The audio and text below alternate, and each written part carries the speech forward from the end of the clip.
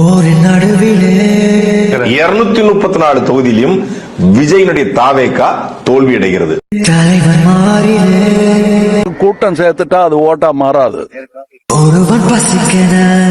234 இல்ல 10 கூட முடியாது தனியா நின்னா. உங்களுடைய அடுத்த படத்திற்காக காத்துக்கிட்டு இருக்கிறேங்க விஜய்.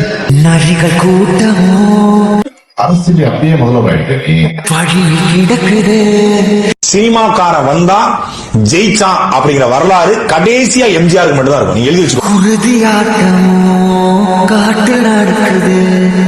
நிறுவனம் என்ன சொன்னது, அவர் தான் முதலமைச்சர். இப்ப இது எவ்வளவு பெரிய காமெடின்னு மக்களுக்கு தெரிஞ்சிருச்சு.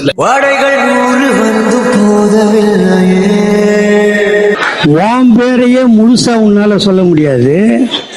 சொன்னா பாதி பேர் ஓட்டு போட மாட்டான். சி ஜோசப் விஜய் எனும் நான்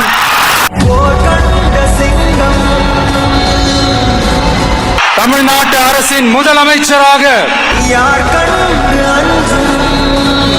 உறுதிமொழிகிறேன்.